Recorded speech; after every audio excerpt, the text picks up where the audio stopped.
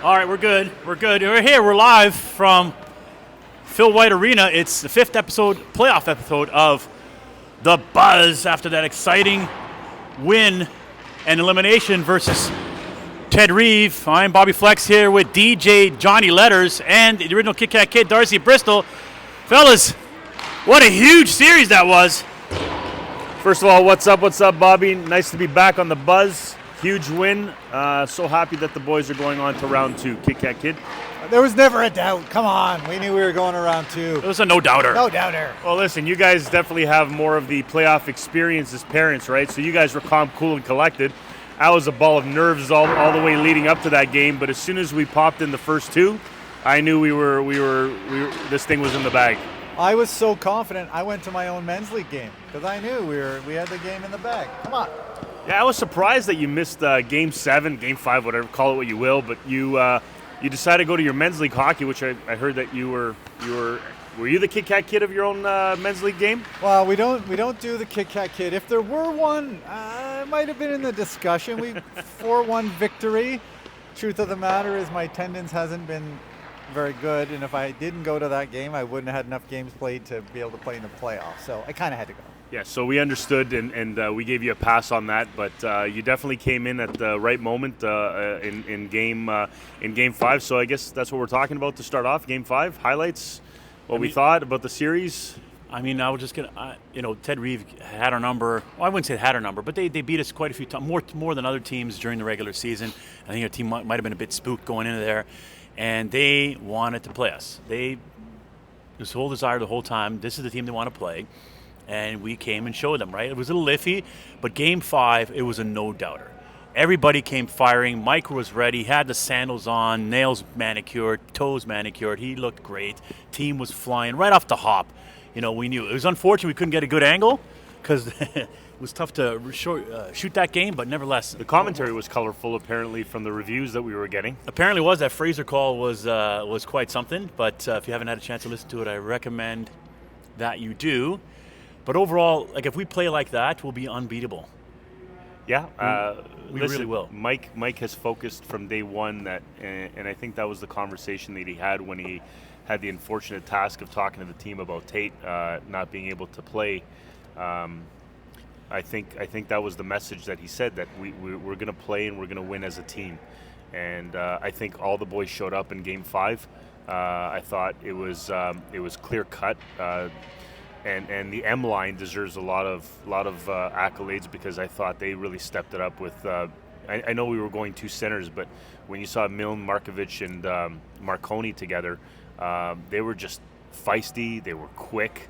They were in on their defense a lot, and they were making some really good plays. And that second goal that Marconi made, the patience to just go over the glove on Gilmore was just fantastic, and our D played solid. I thought the pucks weren't in our end for a lot of time. We weren't getting hemmed in, and I think really, Bobby, what it comes down to is that in the playoffs it has to be a team effort. Everybody needs to show up, and I think throughout the series there were times where it was sporadic on who was going, and more so than not. And Game 5, everybody was pulling in the same direction, and it was a beautiful thing to see. And you're right. I think going into Vaughan, if we do that, we will be unstoppable. We're a good team when we're playing like that together. So let's look forward now. Forget about the back. We've done it. So you don't want to go highlights of the playoffs? What's the okay? You're going off the outline, off the script. All right. So I mean, the biggest highlight for me has to be Game 5. Has to be the domination of Game 5, coming out right off the hop, right, leaving a no-doubter. That for me was a highlight. Despite the fact, like I said, it wasn't best viewpoint, so you can see not the best arena to play, but that was the highlight for me. Okay, if you're going to go Game 5, then I'm going to go Game 1. Playing in the historic barn of St. Mike's, being able to have an official gondola where we could broadcast and have those viewpoints, and seeing how the players really played so well in Game 1, and we were just clicking and playing really, really well. I thought Game 1 was a fave of mine, and obviously Game 5. What about you, Darce? Can't do what? Oh, you want me to move it? No. He's good. He was asking if Tate can do a drill, but Oh, okay. can't do a drill. But he's out there with the team on the ice, but can't do a drill. If the highlight for me was seeing the boys, we limped into the playoffs, and the highlight for me was seeing them come together as a team and really amp up their sense of urgency and their level of intensity. I think, they showed that as a team, they knew it was the playoffs, and they stepped their game up, and that's what impressed me the most. And it was a solid team effort. Like, we're a pretty well balanced team. That's an excellent point. Oh, we got a surprise guest on the buzz here. Someone we've been dying to get for a long time. Bobby, is it true? Do we have the coach? We do. We have the coach. We He's have been the eluding coach, us this Mike whole time. Milne. All right, can we tag team him right here? Because I got some coaches. I got some questions as well. But you go. You Yeah, start okay. first. I got it. Mike, going into Game 5, how did you prepare the team? They came out flying, and you looked great, by the way, which is just as important. For me, it's just about little details, making sure the kids are connected, get the feet moving. There is no secrets. So we're not unlocking any new system or anything a day before the next playoff series. It's about adjusting. I think we did a good job with that in that Ted Reeves series. I think everybody came to play in that last game. So just about keeping the legs loose, being connected with your teammates, and having a good skate. Now, as a former coach myself, I was much of a yellow or a rah-rah kind of guy in the dressing room. Maybe a couple of explicits as well. I see you more of a guy that keeps that inside and tries to keep that fire and that energy sort of like buried deep down inside. But what was the message going into Game 5? What did you say to the boys to get them? Like, ultimately, it's up to them. But what did you say to them going into Game 5 to get them prepared and ready for that game that was so dominant? Well, I think it's an interesting question because in Game 4, I actually came with a super high energy, very rah-rah, excited speech, and we came out very flat. So whether that was the team not reacting to how I usually prep, when we talk about anything before a game, we're not focused on players. We're just focused on a few little things to remind ourselves, let's go have a good game. And I deviated from that on the fourth game, and we came out really flat. So, are there some expletives? Yes, but more in an encouragement, let's get pumped kind of way. And it backfired on me in Game 4. And so we just went back to, we're here, we're connected. Open your hearts, be connected with your teammates, and you saw the result. So a couple little adjustments on the practice before, and the kids did awesome. Being in the dressing room after that speech, could you tell? Did you have a sense of what the boys were going to deliver in Game 5 after just seeing them, getting ready and putting on their equipment? No, I think ultimately they're used to how I am, and if I change that, I think that throws them off. So we just stay calm. They all care a lot. All those kids care a lot. I think a couple practices ago we had, in the way we ended the series, it felt like we were getting into an individual mindset. So we had a bit of a reset from a skating standpoint. And you saw the results today when we come out, the first 25 minutes or free time, and they took it upon themselves to start a drill, work with a teammate, work on some little things. And that, to me, is the bigger thing from our team standpoint is we're going to be successful as a team. We need to stay focused on, there is no star. We need to play hard team hockey. So, what I was most impressed with in the first series was, we didn't go into the playoffs playing our best hockey. But what I loved to see was how the boys were able to really dial up their compete level for the first round, right? We know it's important to the boys, and they really stepped up their effort, and they were playing like they did in the first half of the year. Was there anything, if you had to pick a highlight from round 1 before we start talking about round 2, what was the highlight for you in round 1?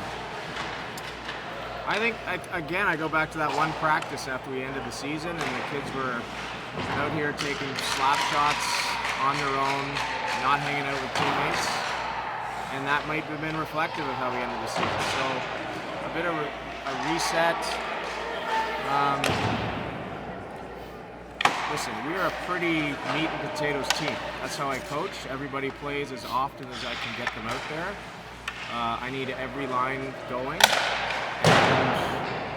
And, I just think they understood that they needed to be better collectively as opposed to individually, and we saw the results of that. So we keep calm, we keep repeating the same things. There's no reintroduction of new systems or anything like that. Just go play and play hard. Do you change anything in your coaching style or how you're basically going to prepare for Vaughan? It's a different team, different animal. Without giving up too much secrets, what's the game plan for Vaughan, or what's the message to prepare the boys for Vaughan? I think most of the time is when you're coaching this level, there's not a lot of secrets. Most of the teams play the same way. There's not a lot of gap between those top 7 teams, I would argue. And so, little adjustments. You saw us make a quick little adjustment in the Ted Reed Game 5 with the power play breakout.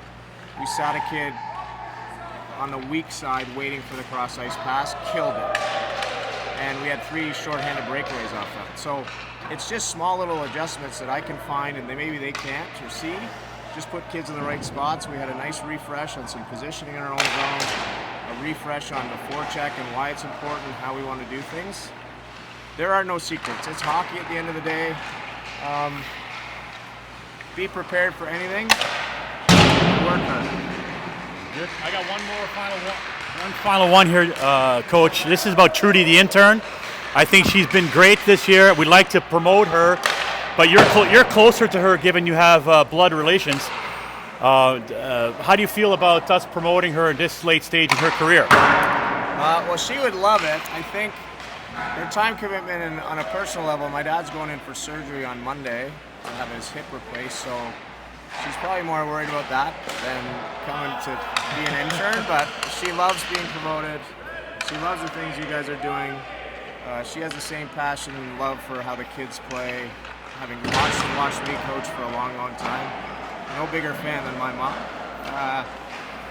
So, whatever that promotion is, you may have to incentivize her with a Swiss chalet or, a Portuguese muffin.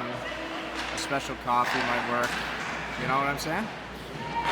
Well, Coach, on behalf of, I guess, the broadcast, as Bobby Flex gets his mic back, just want to thank you for all that you've done for the boys and, this season. And I'm sure you, along with all the fans of Buzz Nation, wants this train to keep rolling and keep going. And it's a lot of fun. Let's keep it going, Mikey. Let's go. Wow. So we're going to have Mike Milne. That's a good one. With a rare impromptu interview. Very, very rare. And we're going to have to win one for Trudy and her hip. No, it's his dad that's going in for the surgery. Oh, the dad's going in for the surgery. His dad, right? Oh, yeah, Dad. Well, speedy okay. recovery to you, Dad. We hope everything goes well, and don't worry about the team. We got your back. We're going to be there for you. Right. Okay. All right, Vaughan. I mean, our record with Vaughan. Should they even be in the G? It's Vaughan. Like it's out of area. Like seriously. I think if you're out of the Toronto area code, you shouldn't even be in the G. You're north of Steeles. It's like they're imposters. Yeah.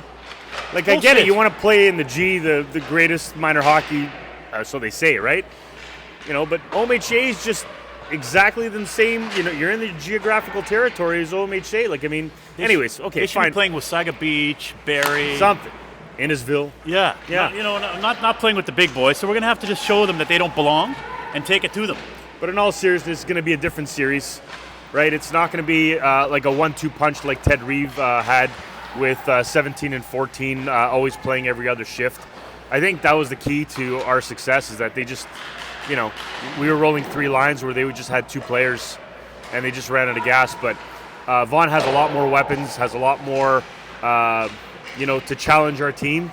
They got Big D. They got good goaltending, and they're fast.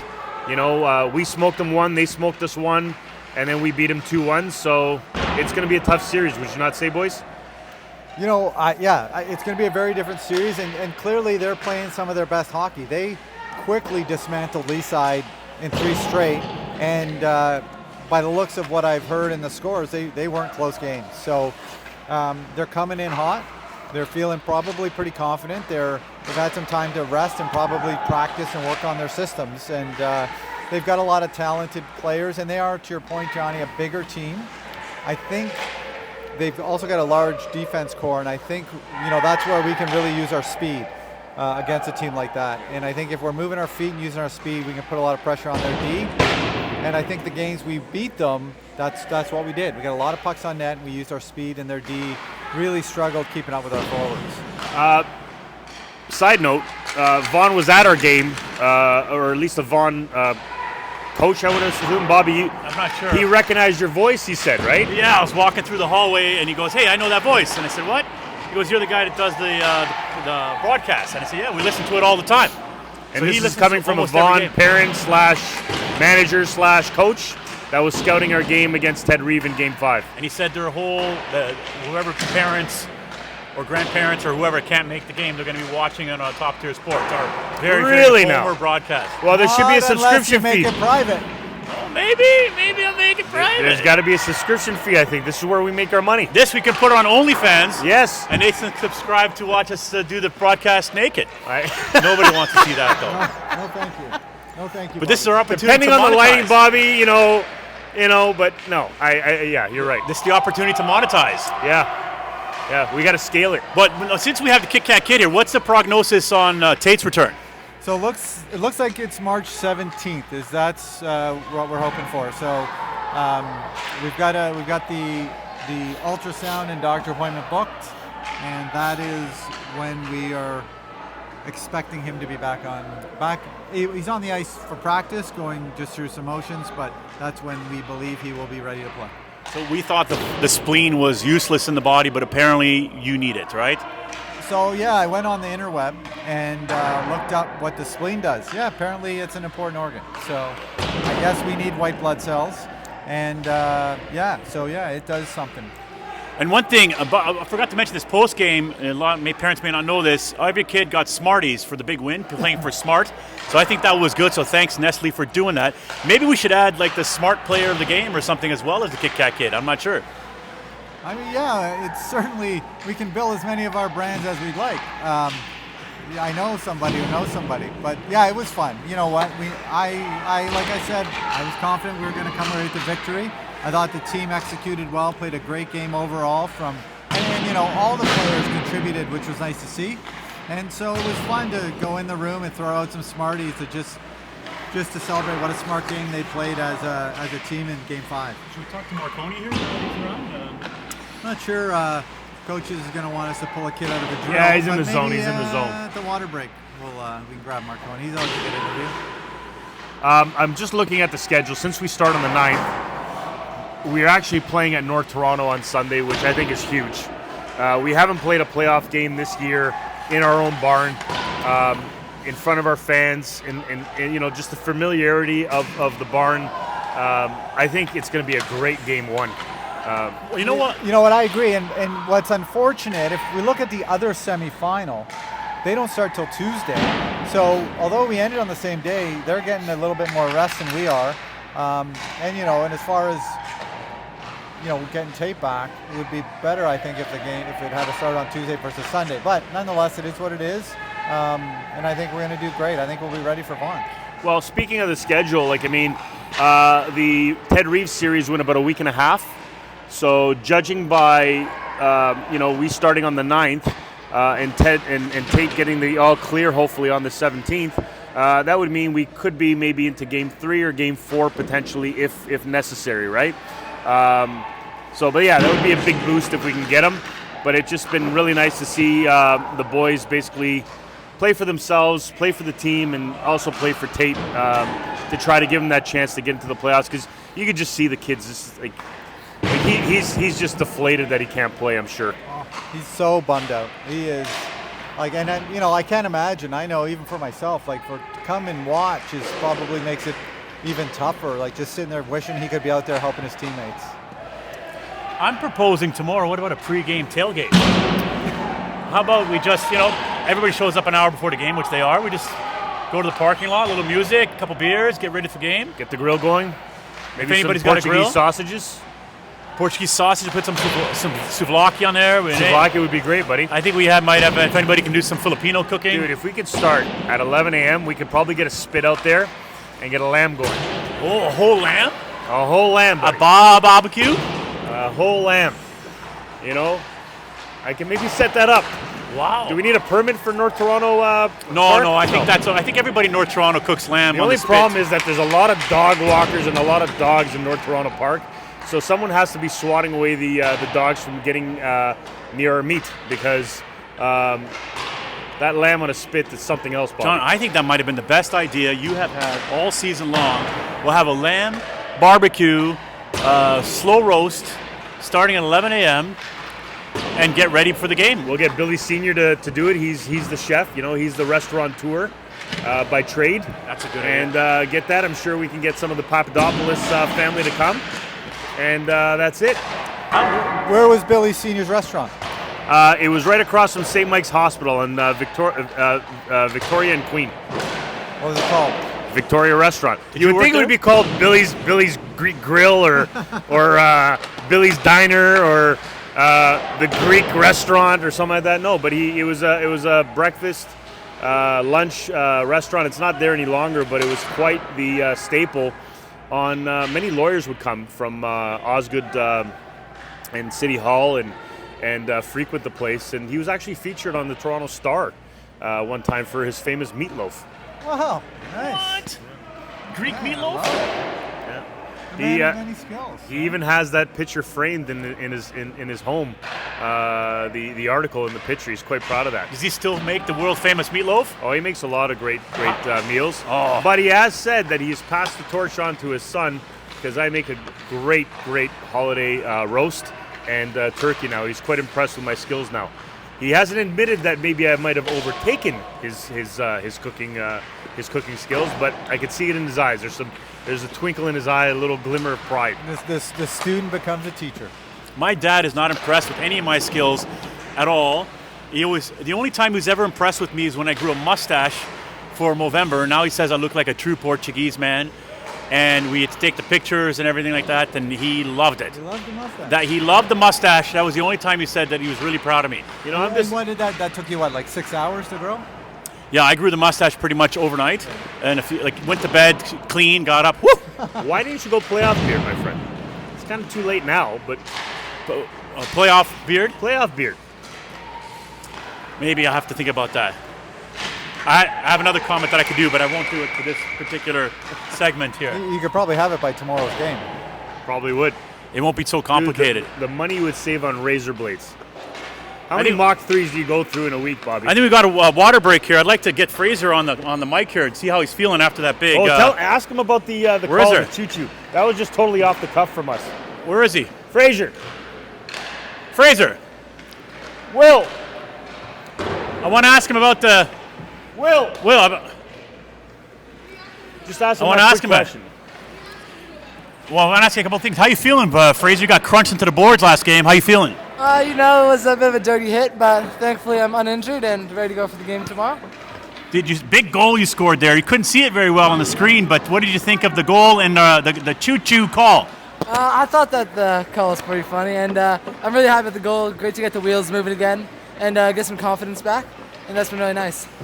I was going to say it takes a big thing to bounce back. You know, you didn't play much in the third period in Game 4, and you could have sulked and be pissed off. But you said, that's not going to happen to me, and you came back. Probably the best game I've seen you play in a long time. I really appreciate that. Yeah, it's just the mentality. Went back, watched some game tape, looked at things I did wrong, and improved on all of them in Game 5.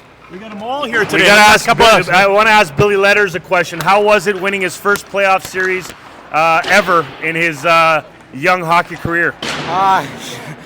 It was pretty special. I mean, I never really thought, I never knew how it felt to be in this position, and it feels really weird, and it feels very good. Usually right now in March break, I'm sitting on my ass in my bed, doing nothing. But right now I'm at practice, enjoying and having a good time. Okay. So I hope to make it far. And All right, the get boys back are there, buzzing, boys. yeah. Coach Mike Milne wants you. Yeah. We got Roger here. That was nice. Oh, we got Roger. Hey, Roger. Roger. What's going on, boys? What do you need? What do you say? Best highlight moment of round one. Best highlight moment of round one. I mean, I got to say the commentary on Will Fraser's goal was pretty outstanding. It was pretty hilarious.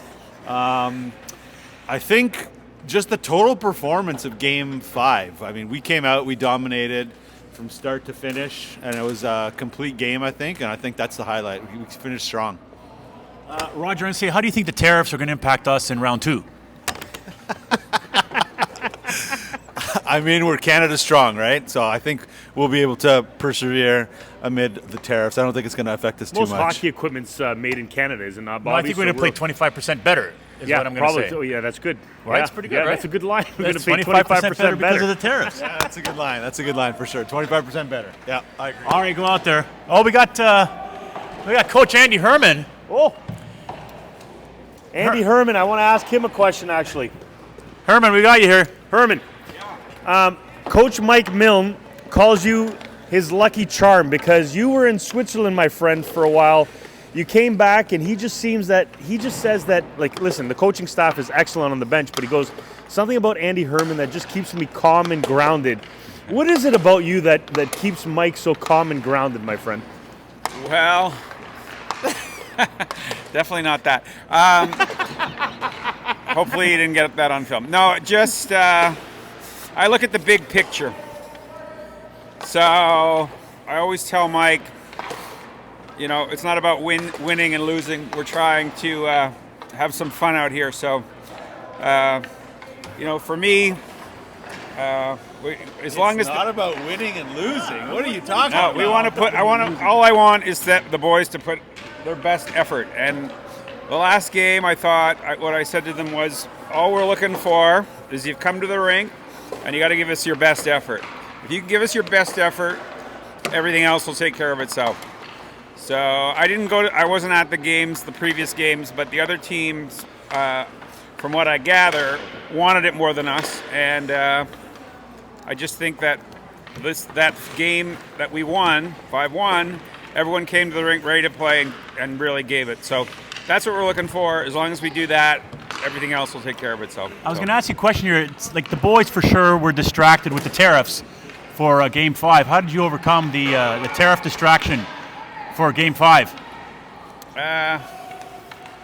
What we told the boys is start strong. So we tried to get the message out, and that with Zach's goal on the first shift, I thought that settled them down, and it went from there. So, Andy Herman, pleasure for you to take the time out of your busy schedule, my friend. Always remember, buy low, sell high, right? All right. That's good advice. Bell low, sell high. Markets just dropped 25% That's true. That's true. Andy Herman, ladies and gentlemen. Wow.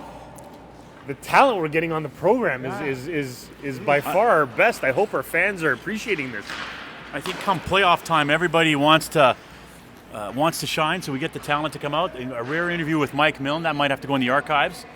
In the North Toronto archives, might have to play that back during championship week, hopefully. Yep.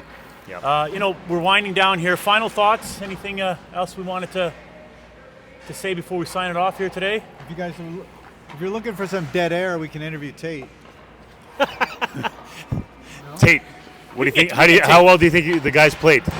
Good. Tate, are you looking forward to coming back? Yes. You know what? He speaks loudly on the ice, and that's all that we need. And he speaks with his stick. So I am more than fine with that. And you know he wants to get back in the game. And there was one highlight that I didn't mention, and I asked that of Will Fraser. He really, for him to come back after he admittedly knew he had not a great game for, and the coach didn't play him very much in the third period, but he did not sulk. He responded. He came back with arguably, and I mentioned probably one of the best games I've seen him play, total strength, and that's factoring in the rebound from Game 4. Yeah. So really good. We'll need him to keep going again. There was some emotion in his game. You could see after that hit that he took in the boards, which was, in my opinion, a major penalty. He just came back even hungrier and harder, even though the game was out of it was 5-1 at that point, right? But again, his speed, he went wide. He drove the.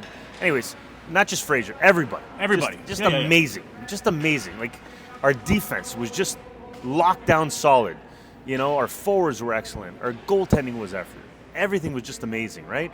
So I'm pumped up. I can't wait for game one. I'm actually happy that we're going Sunday. I know Scarborough's going Tuesday, but I think it's an advantage for us coming after such a high on Friday. You know, a practice right now, and we're good to go. Not a lot of thinking, just go. Let's go. All right, boys. Always end with this. What did you learn today? Anything? Did you learn anything from today? I learned that. I don't know. You got me here, Bobby. I got my learning. I'll go first. I learned that your dad made some mean meatloaf, and now I'm kind of like dying to taste Senior Billy's meatloaf, and it's high on my list of things to do before the end of this season. I learned in the Portuguese culture, men with mustaches are highly valued.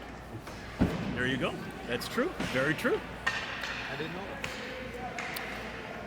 And I learned that Bobby Flex and the Kit Kat Kid are just tremendous people, and I'm just so happy that it's still going. Look at you, still glazing us. All right, everybody, stay tuned. It's going to be a good one.